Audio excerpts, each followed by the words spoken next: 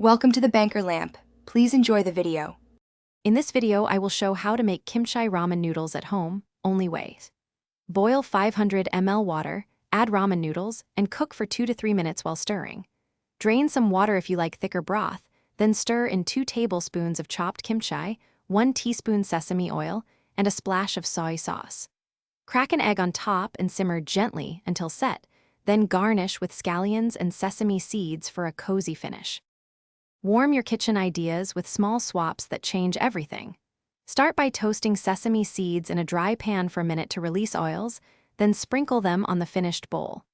Mix 1 teaspoon gochujang with a splash of broth to create a spicy paste, and drop it in gradually to control heat. Swap plain water for chicken or vegetable broth to give the dish richer, more savory depth, and fuller body. If you're enjoying the tips, please subscribe and like, it really helps. Quick recommendation: life's too short for a stinky car. Grab Little Tree's black ice, a little thing that makes driving more pleasant and pairs surprisingly well with kitchen adventures. I mention it because small comforts matter when you're rushing to dinner. Check the description for the link and other deals. Thanks for supporting the channel. Now let's get back to the video. Serve your kimchi ramen with confident, friendly flair.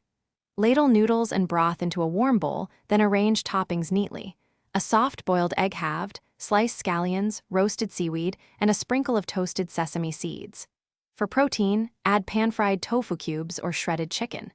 For a vegan twist, replace the egg and meat with mushrooms and miso broth. Encourage tasting and adjusting salt or heat to each person's preference. Thanks for watching. If this was helpful, leave a like and consider subscribing. See you next time.